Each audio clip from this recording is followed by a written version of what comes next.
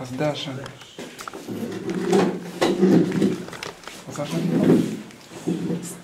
טוב, אנחנו נמצאים בשיעור 8.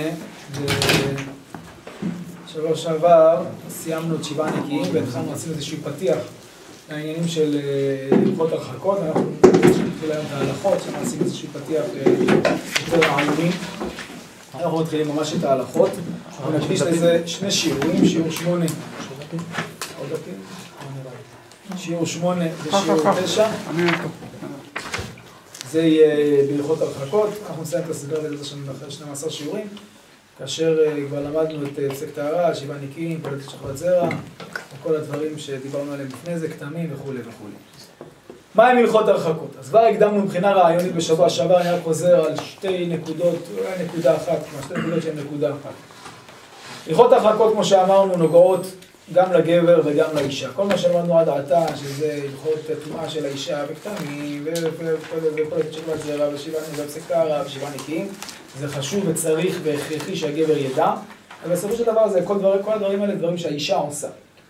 הלכות הרחקות יש בהם חשיבות יתרה בכך שגם הגבר וגם האישה באותה מידה חייבים בהלכות הללו, ויותר מזה יש בזה איזשהו קטע נפשי ורוחני ומאוד מאוד חשוב בקשר שבין הגבר לאישה. אמנם קוראים להם הלכות הרחקות, אבל דווקא בזמן הזה שבה האישה איננה טהורה והנגיעה היא אסורה, דווקא אז נבחן הקשר העמוק שיש בין גבר לאישה. גבר ואישה שכל הקשר שלהם בנוי על מגע פיזי, ומגע פיזי הוא גורם מאוד משמעותי בקשר שלנו בין בני אדם. מספיק שיכולים לעשות את זה, כשאדם כועס עליך, עבודה וכו' וכו', ואתה שם עליו יד, אתה כבר תראה ש50% מהכעס יורד. למה? המגע הפיזי, החום הגוף, הקרבה הגופנית היא יוצרת קרבה נפשית גם כן, וזה מקבל משמעות פי 10 פעמים ברגע שהמגע הפיזי הזה כבר לא קיים. ואז באמת, כמו שאמרנו, נבחן הקשר הרוחני העמוק שיש בין גבר לאישה, ודווקא אז כאשר האישה נמצאת במצב של הרחקות, ולפעמים גם ההורמונים קצת משחקים תפקיד, וקצת יש יותר עצבנות מצד האישה, אז דרושה סבלנות יתרה של הגבר וההבנה, וכמו שאמרנו, אז נבחן באמת הזוגיות שלהם. ואם אנשים לוקחים את הדבר הזה עוד צעד אחד קדימה, אז דווקא הלכות הרחקות, דווקא בזמן שהאישה איננה טהורה לבעלה, זה דווקא אז בונה את הקשר בצורה חזקה יותר לקראת ההמשך. כלומר, כמו שכבר הזכרנו, הקדוש ברוך הוא יצר איזשהו מעגל קסמים כזה, שהוא מעגל קסמים בלתי פוסק, שיש מגע פיזי ומגע רוחני. והמגע הפיזי הוא יותר קשור לזמן שהאישה היא טהורה, כמובן שגם שם יש מגע רוחני. המגע הרוחני הוא יותר קשור לזמן של הרחקות, וזה יוצא פחות או יותר חצי חודש וחצי חודש.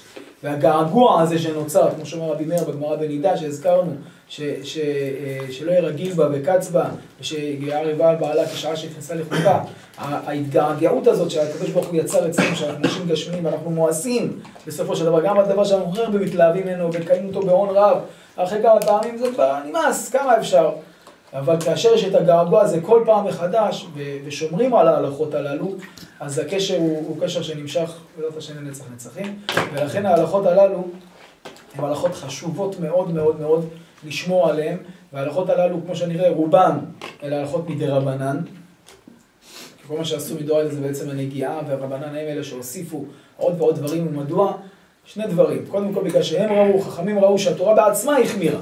מדוע? כי מהתורה יש לנו 2 איסורים. איסור אחד זה איסור ביאה, שאז אם אדם בא על אישה בידה, אז הוא חייב כרת, אבל יש גם איסור נגיעה. אם אדם נגע נגיעה של חיבה, מי ייכנס למחלוקת הראשונים, אדם שנגע נגיעה של חיבה, לפחות לפי השולחן ערוך, הוא חייב איסור דאורייתא, איסור לאו, איסור מלקות.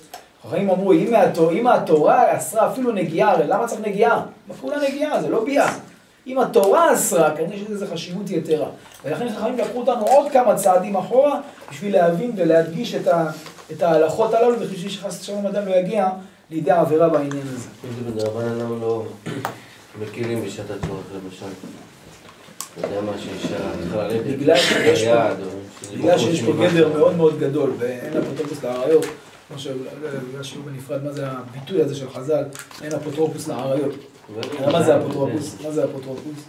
משגיח. משגיח. מה חז"ל אומרים לך? שאין משגיח לעריות. כלומר, אתה לא יכול לקחת אחריות על הדבר הזה. אילולא הקדוש ברוך הוא, כמו שהגמרא בסוף קידושין אומרת, אילולא לא תורתו של רבי מאיר, תורתו של רבי עקיבא, גם כן, והיו גם חס ושלום חוטאים בדבר הזה, עד כדי כך. אבל אם לא היה לנו שמירה מהקדוש ברוך הוא, האדם לא היה עובד על עצמו כל הזמן, אז אין אפוטרופוס. ולכן חז"ל לקחו אותנו אפילו בדברים שהם נראים לנו כדברים שיש בהם צורך, חוץ ממקרים מיוחדים כמו שנראה. אז כמו שאמרנו, האיסור מדאורייתא זה איסור נגיעת חיבה או איסור ביאה. אנחנו גם מעכשיו מתחילים איסורי דרבנן. איסור הושטה, אנחנו הולכים ממש מהכבד לקל. איסור הושטת חפץ מיד ליד. אומר השולחן ערוך, לא ייגע בה אפילו באצבע קטנה, ולא יושיט מידו לידה שום דבר, ולא יקבלנו מידה, שמא ייגע בבשרה. מאיפה המקור שזה? כבר ראינו שבוע שעבר, את הגמרא בשבת דף י"ג, ששם את הסיפור עם אליהו הנביא, עם אותו תלמיד חכם ששנה הרבה וקרא הרבה, ושימש תלמידי חכמים הרבה, ואשתו אמרה, העידה עליו אחרי זה בפני אליהו הנביא, שלא היה שומר על עצמו כמו שצריך בימים שהיא הייתה בימים של הנקיים, לא בימי הנידה ממש, לא בימי הזיבה, סליחה, הנידה. ורש"י שם, התוספות שם מביא גרסה של רש"י, שהייתה לפני רש"י, שהיא אומרת לאליהו הנביא שהוא הושיט לה את הפח, או היא הושיטה לו את הפח, הושיטה לו את השמן. ומזה רש"י, כתוב שם בתוספות, רש"י היה מקפיד שלא למסור את מפתח מידו ליד אשתו. וזה המקור של ההלכה הזאת. בעיקרון, רק כרקע הכללי, יש בזה מחלוקת בין רש"י לרמב"ם. לפי הרמב"ם אין איסור הושטה לאישה, מותר איסור הושטה, הוא לא פוסקים כרמב"ם. לא השולחן ערוך ולא הרמ"א, אבל זה חשוב שידע את זה ברקע, כי בוא נראה עוד רגע שהרב עובדיה משתמש בזה. אז מה האיסור? איסור הושטה, והחשש הוא שמא ייגע בבשרה. איסור הושטה זאת אומרת שאסור שיהיה שום חפץ במגע של שניהם ביחד. כלומר, יש לי אפילו חפץ, אם זה חפץ גדול, ושניהם נוגעים בו ביחד, אם היא באה עם מגש עם כוסות, ואתה לוקח כוס מהמגש, זה איסור הושטה. אם היא עכשיו עם תיק עליה, ואתה מוציא את הפלאפון מהתיק שלה, זה כל מקום שיש איזשהו חיבור. לא יודע, מלכות, מקיש המטלטן. גם כן, עוד רגע נראה דברים מסוימים שהם ארוכים וכבדים, אבל בעיקרון, לשולחן, כל הדברים האלה, ברגע שיש מגע של שניהם יחד, אז זה איסור הושטה. מה הפתרון הפשוט? שלא יהיה איסור הושטה. אם אתה רוצה להעביר, אתה צריך לשים את זה על השולחן, ואז היא לוקחת את זה מהשולחן או ההפך. בוא נראה עוד דברים. מה קורה בשעת הדחק? מה היא שעת הדחק? בוא נראה פה דברי הרב עובדיה בטהרת הבית. כתב הרב כך, על כל פנים, גם מרן, כלומר בשולחן ערוך, לא כתב לשון איסור, אלא לא יושיט מידו לידה. אם נחזור להלכה מקודם, אז השולחן ערוך כותב ולא יושיט מידו לידה. אז הרב עובדיה שואל, למה הוא כתב אסור להושיט? הרי צריך לתור אסור. למה הוא כתב לשון כזו קצת מעודנת? אז הוא מוסיף בסוף השורה הראשונה שם, והיינו דרך סייג וגדר הרחקה.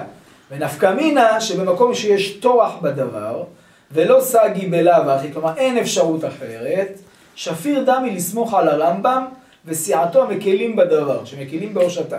כגון הורדת עגלת תינוק מקומה גבוהה אל רחוב העיר, שכל יוצא בזה צריכה אישה עזר וסיוע, וכל כאי גבנה יש לסמוך על דעת הרמב"ם וסיעתו להקל, פסק הרב מרדכי אליהו, גם בספר דרכי טהרה. כלומר, צריך להיות פה שני תנאים כדי שהבעל ואישה ייקחו חפץ, זה צריך להיות חפץ גדול, לא חפץ קטן שהם יכולים לתפוס אותו, וגם טבע הדבר חפץ גדול, גם חפץ כבד, כמו עגלת תינוק, להרים את זה לקומה שלישית, כמו שולחן שרוצים לשטוף, אז מרימים את השולחן, מזיר אותו הצידה, וכו'. אז דברים שאין ברירה אחרת, כלומר, אתה לא יכול להרים לבד, גם לא צריך להרוס את הגב, אז לזה אתה יכול להגיד לאשתך, או אישה יכול להגיד לבעל, גם כמו שהיא נדע, להרים אותו. למה הרב עובדיה סומך פה על הלשון של השולחן ערוך, שהשולחן ערוך לקט לשון איסור ממש, וגם מצרף פה דעת הרמב"ם, להקל בשעת הדחק, עוד פעם, לא תמיד, בשעת הדחק דברים גדולים וכבדים, ושאין לך אפשרות אחרת, כלומר שלא, שזה בן גדול, אז לבן אבו וכו' וכו'. כשאין אפשרות אחרת, שהבעל והאישה למרות שהיא נידה, יכולים להרים את אותו חפץ. מה קורה בנושא הבא בפני רבים? פעמים שהבעל והאישה הם במצב של הרחקה, ויש אנשים בבית, לפעמים אורחים, לפעמים חמותו, לפעמים אמא שלו, וכמובן אנחנו לא מפרסמים שהאישה נידה, גם לא מפרסמים את הטבילה, ולא מפרסמים כל מיני דברים כאלה. אבל מצד שני, עכשיו מי שיש לו טיפה עיניים חדות, ורואה שכל דבר שמגישים אחד לשני מניחים על השולחן, אז קצת פדיחות. האם אפשר להקל בדבר הזה? אז ההלכה היא שאסור להקל בדבר הזה.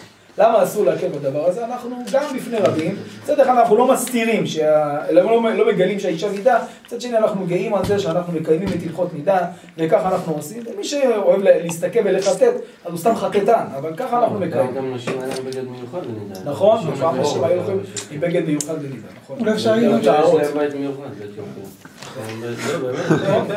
יש להם בית מיוחד לתקופה שהיא נידה. אולי אין גם יש לה מנהגים. לא נידה, שהיא יולדת. גם לידה. יולדת. גם לידה. הייתה לאשתי חברה אתיופית, שכל פעם שאימא הייתה נראה, הייתה ישנה בחדר אחר. חדר אחר, כן. לא רק אתיופים, שמעתי על לא, זה לא להתפלות, זה היה ככה. הכל לשלום בית. הרי אפשר להגיד שהסיבה שהרמניה לא לגלות את העניין של הימי נידות מצד כבוד הציבור, בן אדם כזה גילה דעתו שהוא מחפש את זה, לא שייך בו כבוד. אז בואו נראה את זה אצל הרב דוד יוסף בתורת הטהרה. כתב בתורת הטהרה, ואפילו במקום שנמצאים שם אנשים ואינם רוצים שידעו שהאישה איננה טהורה, אין להקל למסור חפץ מידו לידה או מידה לידו, אלא יניחנו על השולחן או הספסל והיא תיקחנו משם. היו כאלה שרצו, בין פוסקי זמן, רבנים בימינו, שרצו להקל בדבר הזה, אין לזה שום מקור להקל בדבר, שום מקור,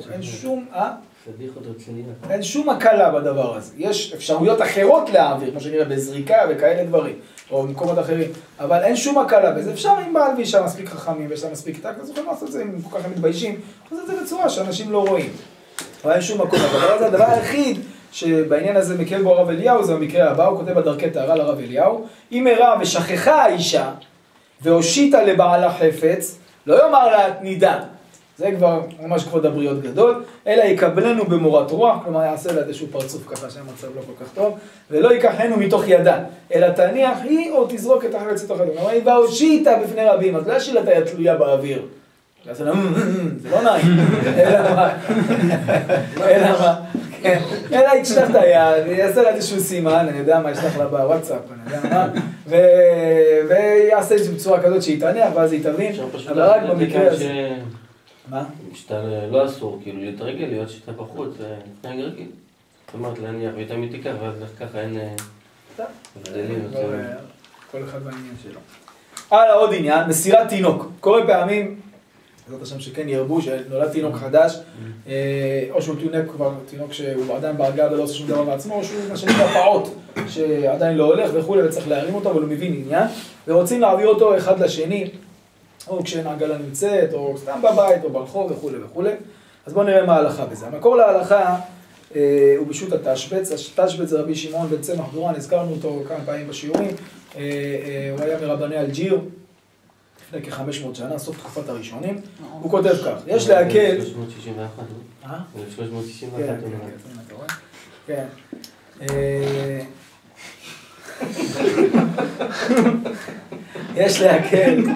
יש להקל ליטול תינוק מידה, משום, אמרנו בלי בדיחות, יש להקל ליטול תינוק מידה משום דאחי נושא את עצמו, והיא אינה עושה כלום, אלא התינוק עצמו הוא יוצא מחק אמו, ובא לחק אביו. לכן פסק הרב עובדיה ופסק הרב אליהו, כלומר, ברגע שהתינוק הוא תינוק כבר מבין עניין, וגם הוא יודע לזרוק את עצמו מהאבא לאמא, שאומרים לו תבוא, אז בזה מקל התשבץ, כי החי נושא את עצמו. אז אם חודשיים לא. כאן אתה למד שהם חודשיים. ככה כותב בתורת הטהרה. אם הוא מפותח והוא בן חודשיים הוא יכול לעבור, כן. כן, בדיוק. אבל תינוק קטן. לא הגיל, הוא יכול לעבור או לא? זה הנקודה. חודשיים בדרך כלל לא עובר. אבל תינוק קטן ביותר. תינוק חולה, גם גדול, אבל הוא חולה. הוא לא עושה את זה. שאינו יכול לצאת מעצמו, מחק אביו לחק אמו, אין להעבירו מיד אישה נידה ליד בעלה וכן להפך. ואף בתינוק היוצא, זה לגבי תינוק חולה או תינוק קטן. ואף בתינוק היוצא מעצמו, כמו שאפשר לעשות את זה, אין להתיר אלא כשיש צורך בדבר, לא עכשיו משחקה, צימון ציבור אליים, לא, הכוונה שיש צורך, ואין ברירה אחרת, אז עושים את זה. כמו שהתינוק בוכה, הוא מצטער, אבל דרך שחוק יש לאסור, משום שהוא דרך חיבה וקירוב הדעת. ותינוק קטן צריך להניח אותו על העגלה, ולוקחים אותו מהעגלה. זה המקרה. למה אפשר לעבור דרך העגלה? כן. כן. מתי יהיה לנו בזה כולה? זה לא כתוב, אבל זה נלמד מה שלמדנו בהתחלה. אם במצבים שתינוק קטן מאוד, ואין ברירה, אתם נמצאים ברחוב, והוא בוכה מאוד, והוא אצל האישה, וחייב אצל הגבר, חייב להעביר אותו לאישה, אז אנחנו נסמוך על מה שאמר הרב עובדיה מקודם, שמקרים שיש דחק גדול, ואין ברירה, וכו' וכו', ואין אפשרות אחרת, אז אנחנו אין ברירה, אתה לא תשים אותו על המעקה. זה תינוק בן חודשיים, ואין לך ברירה, לא אוהב את ההגה, זה מקרים שכמעט לא נמצאים, אבל מקרים כאלה שממש אין ברירה, אז אין ברירה. אבל עוד פעם, זה מקרים רחוקים מאוד, שממש אין לך ברירה, אבל גם שזה נראה לך מצחיק, לשים את התינוק בעגלה, ושאם תיקח אותו מהעגלה, אתה תעשה את זה. ככה צריך לעשות, וככה צריך להתרגל.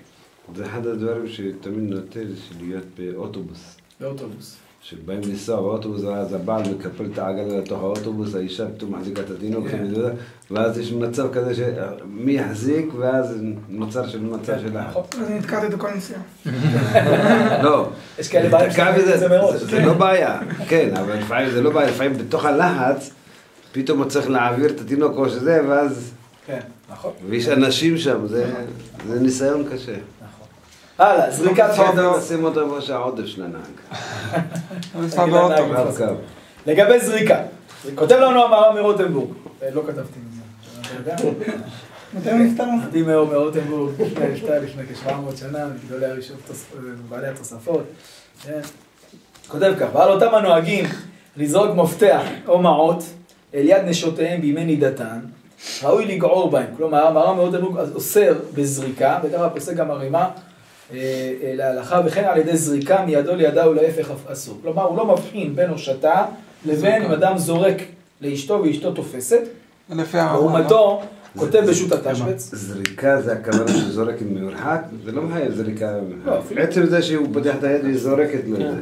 כן, עוד רגע נראה את ההבחנות. אומר בשו"ת התשבץ, אנחנו חוזרים לתשבץ, ולהשליך מידו לידה מותר, שלא אסרו, אלא על ידי חיבור בהושטה. כלומר, אומר התשבץ, כל מה שגזר לנו השולחן ערוך, לא התייחס לסיפור הזה של זריקה. כל מה עשה לנו השולחן ערוך, זה רק הושטה, שיש מגע בחפץ אחד, כמו זרם חשמלי כזה. אבל כשאין הושט, כמו שיש זה באוויר ולא בחיבור מיד ליד, אז בזה השולחן ערוך לא אסר, וככה פוסק החידה.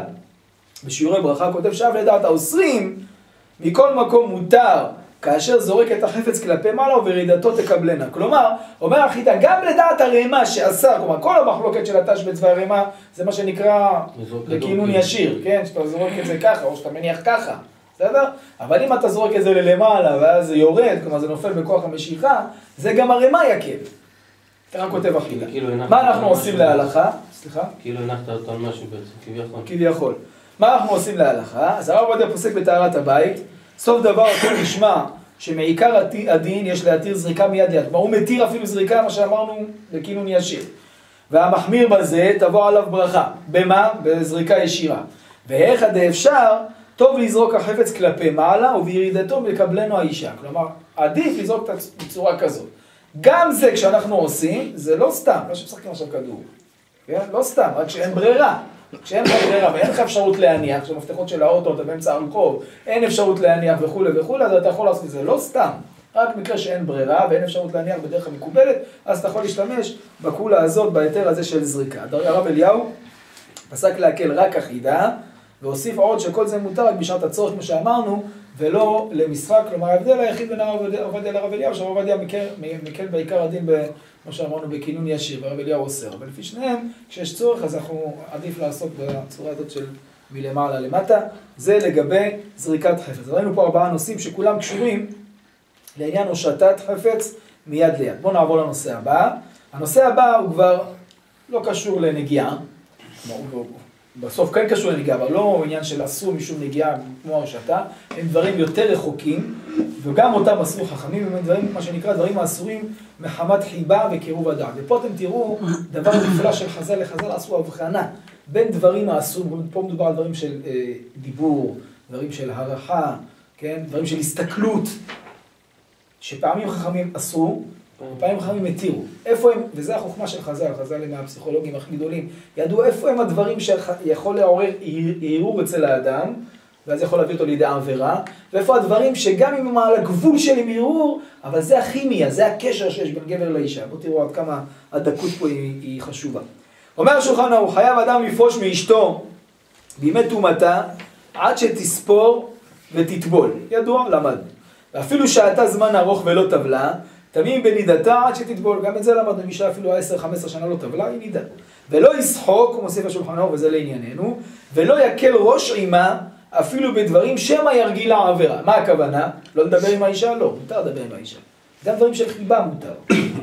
מה הכוונה? דברים שקשורים לעניין התשמיש, דברים שקשורים לדברים ששייכים לקרבה הגופנית ביניהם, בזמן שהיא טהורה, וכל הדברים האלה אסורים בזמן שהיא נידה.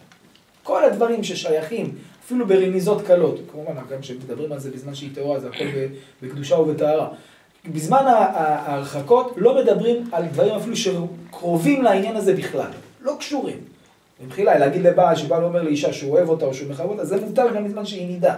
אבל לדבר על דברים שקשורים לתשמיש, זה מה שהשולחן ערוך אסר, למה שמא ירגיל לעבירה. בואו נעבור לעוד הלכה.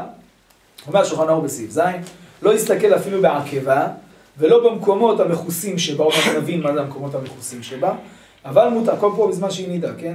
אבל מותר להסתכל בה מיופייה, מותר, למה? זה הקשר ביניהם, זה העניין, זה החיבור.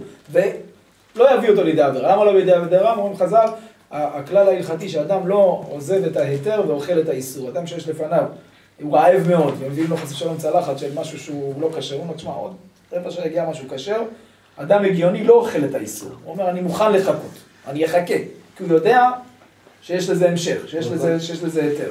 כן. כל ההגדרה זה רק כדי מביא אותו לידי איסור, או לא? כן. זאת אומרת, בן אדם שהוא יודע שתקיף ולא יודע מה שתות תלבש לידו, לא יביא לו... אין דבר כזה, גזירות של חכמים זה שלמה. אני שואל, מה...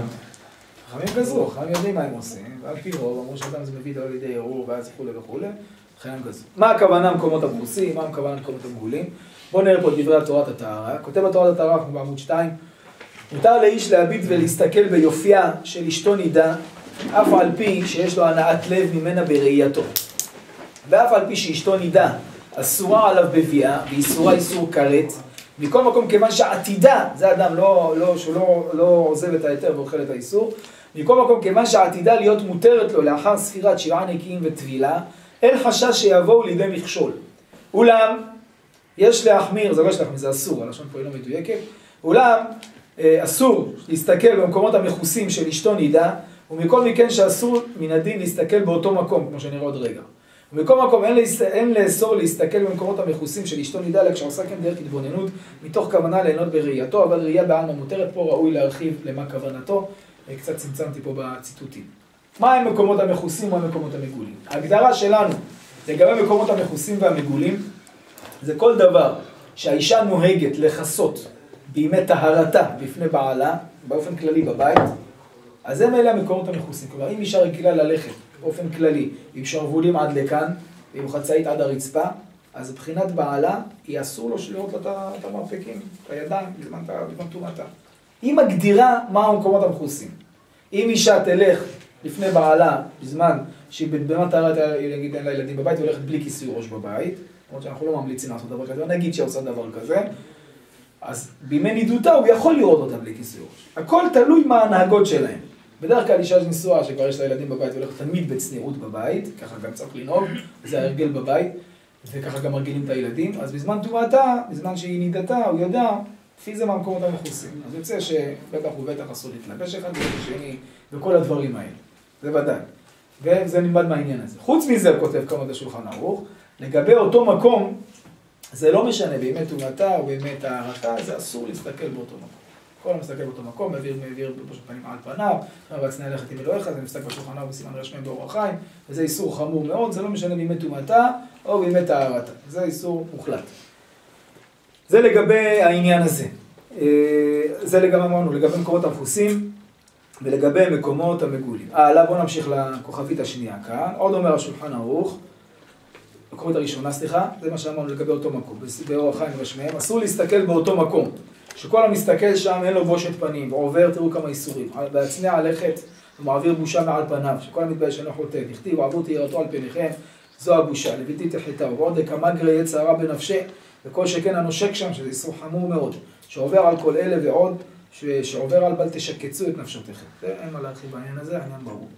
הלאה עומד על השולחן ערוך עוד העניין, בקושי התירו לה להתקשט בימי נידתה, אלא כדי שלא תתגנה על בעלה. יש מחלוקת בגמרא אם התירו לאישה בזמן נידותה להתקשט או לא. להלכה אנחנו מקלים שהאישה כן תתקשט לפני בעלה, למה? מדוע? כדי שלא תהיה חד ושלום מאוסר לה. אז אדרבה, האישה מותר לה, הוא כותב לשון של בקושי, כי זה לשון הגמרא, לאישה מותר, ואפילו אולי אפילו מומלץ, להתאפר בזמן שהיא נידותה, אבל זה גם פה יש תנאי. מה התנאי?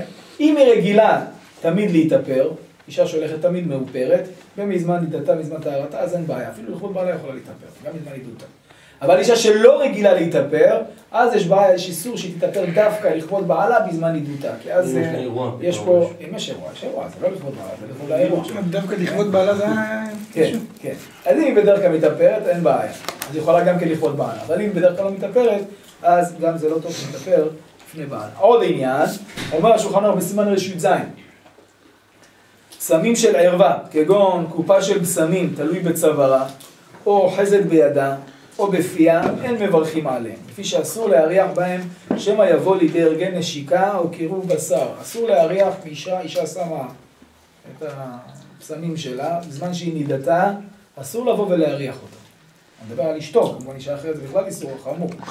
אבל אשתו, בזמן שהיא זה, אם הוא עובר דרך, כמו שאמרנו, דרך התבוננות או דרך הערכה בעלמא, אין בעיה. אבל אם הוא מריח אותה, מתקרב, או הוא מריח את הבושם שעליה, פעמים שמים ורדים וכל מיני דברים כאלה, שזה איסור. אסור לעשות את הדבר הזה. כתוב בפוסקים שלהריח את הבושם מהבקבוק זה אין בעיה, אבל לבוא ולהריח אותה, אז יש בזה בעיה, כי זה מביא לידי קירוב הדעת. כן. עוד נוסיף על זה הרב עובדיה בטהרת הבית, לא ינשק הבעל את בנו הקטן שביד אשתו נידה. למה? כי זה כמו איסור הושטה, נכון? היא תופסת אותו והוא מנשק אותה, מנשק את הילד. לכן נכון להחמיר שלא להאכילו בעת שאשתו מחזיקה בו. בסדר, אישה עוזקת אותו כי הוא לא אכל מספיק, והבעל דוחף לו לפה, זה אסור. ואם יש הכרח להאכילו, כשהוא בזרועות אמו יש להקל, כמו שנגיד הוא חולה מאוד, ותופסים אותו ואין ברירה, או תרופה או כאלה דברים, אז אנחנו מקימים ועד שיזהרו כמובן שלא יקרו זה בזה. עוד עניין בעניין הזה, עוד כתב עובדיה בטהרת הבית, מותר לתת, ותראו זה דבר המותר, מותר לתת לאשתו בימי נידותה תכשיט, זה בשבילך דבר, בימי נידותה תכשיט, או סתם מתנה. ואף על פי שיש בזה משום קירוב דעת, אין לחוש שמא יבוא לידי הרגל עבירה.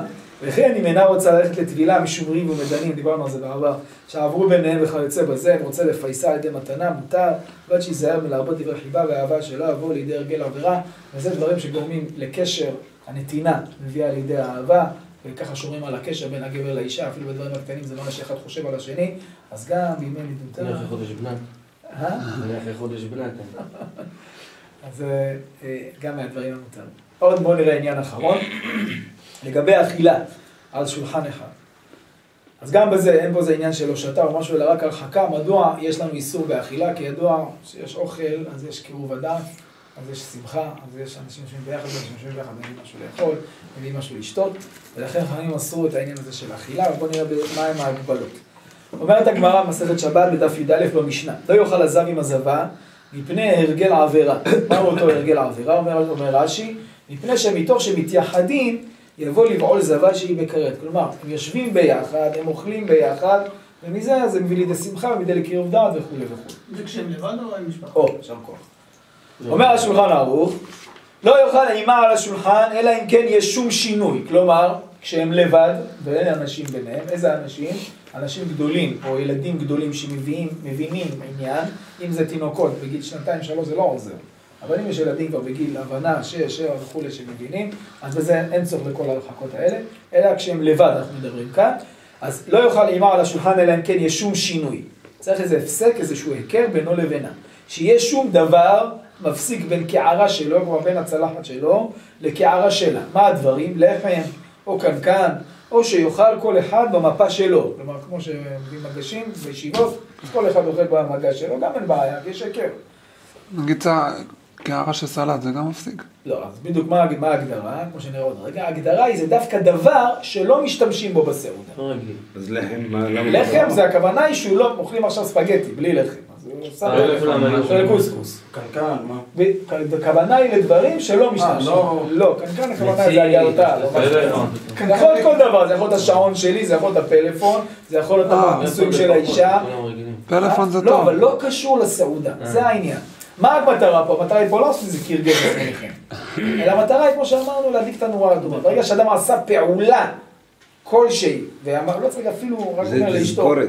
כן, בדיוק. אומר לאשתו, זה ההיכר, כמה הנורה האדומה נדלקה. כל פעם שיראו את השעון על השולחן יבינו. כן, שצריך להזדרז, לא סתם. אז יש איזשהו היכר שהוא לא קשור לסעודה, אפילו שהוא אוכל, אבל הוא לא קשור לסעודה, אז הוא משמש כהיכר. בוא נראה את דברי הרמ"א. למעלה במסכת שבת, מפני שמתוך שמתייחדים יבוא לבעול זב שהיא בקרב. מה זה קשור לאיחוד? לא איחוד, זה איסור איחוד. אז מה שהם מתקרבים? כן, יש קרבה. בוא נראה את דברי הרמ"א פה בשולחן ערוך.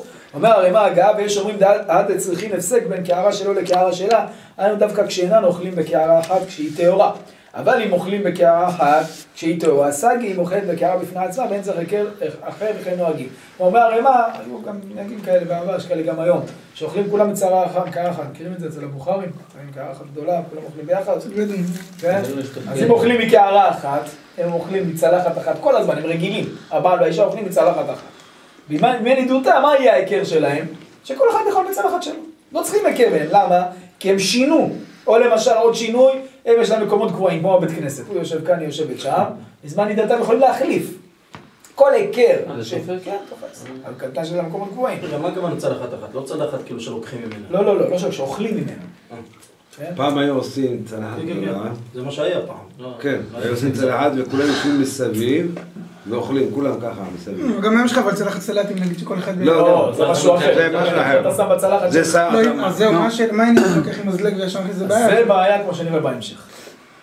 אומר דרכי טהרה לרב אליהו, שצריך להניח חפץ שאינו מצוי בדרך כלל על השולחן בין הצלחות שלהם, כן? משהו שלא קשור לסעודה. עוד כתב הרב אליהו, אם יש להם מקומות ישיבה קבועים, כמו שאמרנו, תשנה אישה את מקום ישיבתה, ואינם צריכים היכר נוסף. לכן אם אוכלים איתם זרים או בני הבית, וזה בני הבית שמבינים עניין, הם צריכים שינוי או היכר. יכולים לאכול על שולחן אחד, אבל לא בצלחת אחת. כלומר, כל העניין שמועיל בני הבית, זה לעשות היכר בתנאי שכל אחד אוכל בצלחת שלו.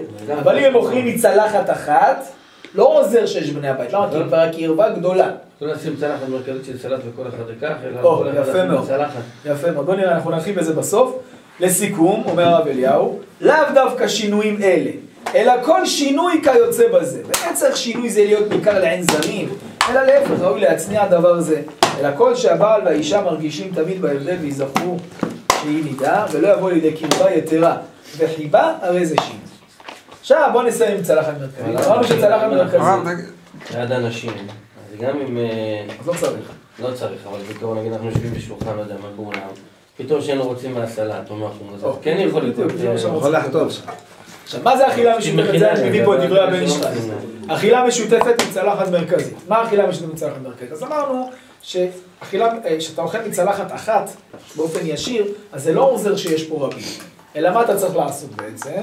לקחת מהצלחת המרכזית לצלחת שלך. ואם עכשיו אורז, אתה שם בצלחת שלך.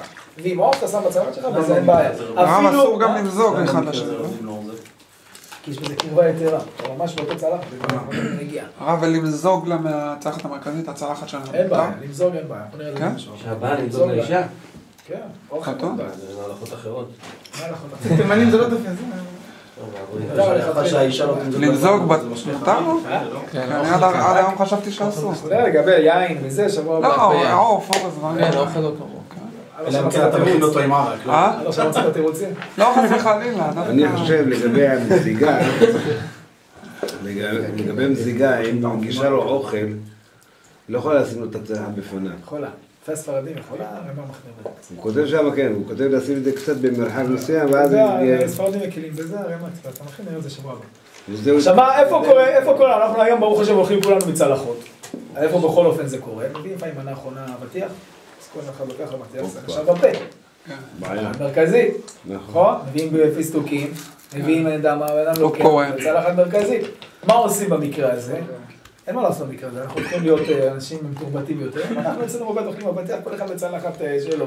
עם צלחות, חד פעמיות או משהו כזה, ואתה תיקח את הבטיח, תשים אצלך ותאכל. גרעינים, אתה תיקח את הגרעינים, שים אצלך, לא צריך צלחת, שים אצלך ותאכל משם. אתה חייב הפסק, אתה רוצה לקחת ממרח, אתה לוקח את הממרח, אתה שם עליו לחם, זה בסדר. הלחם הוא הפסק. אסור לעשות עם הלחם עצמו ככה בתוך הצלחת? אבל אם אתה תעשה עכשיו, תנגב את החומוס, שתיכם מאותו חומוס, זה לא, אתה לא יכול לעשות. אני לא מבין מה ההבדל. אם שנינו לוקחים מאותו שוקולד עם סכין, אין פה שום... לא, אבל אתה יש שקר, יש עצירה, יש תחנת ביניים.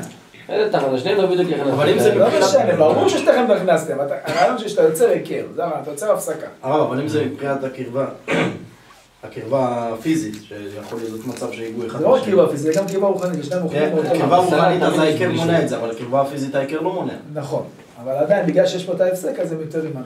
זה חכמים עשו. אבל הם נוגעים באותו דבר. עוד פעם, בגלל שזה גזירת לחכמים, החיים אף פעם לא עושים חכמים כל הכיוון.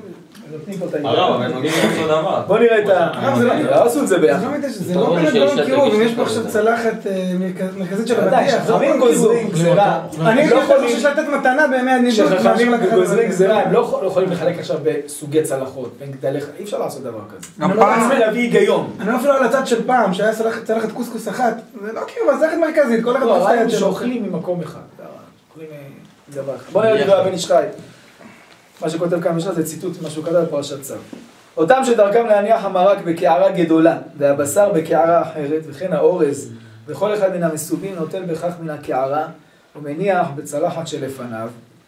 וכל אחד אוכל מהצלחת שלפניו, זה אין בעיה. מותר להם לעשות כן, גם כשאשתו נידה אוכלת עמהם. בחשיב כל אחד אוכל מהצלחת שלפניו. אבל לאכול ישירות מהצלחת, זה אני לא יכול. גם בפני רבים, ולכן צריך לעשות את ההפסק שעשינו, אמרנו, וכאן פוסק גם בדרכי טהרה, וגם בתורת דעה, גם הרב אליהו וגם הרב עובדיה. שבוע הבא אנחנו נמשיך בעזרת השם בהלכות טהרה, ונסיים אותה. ברוך ה' לעולם. כפתור של בגר.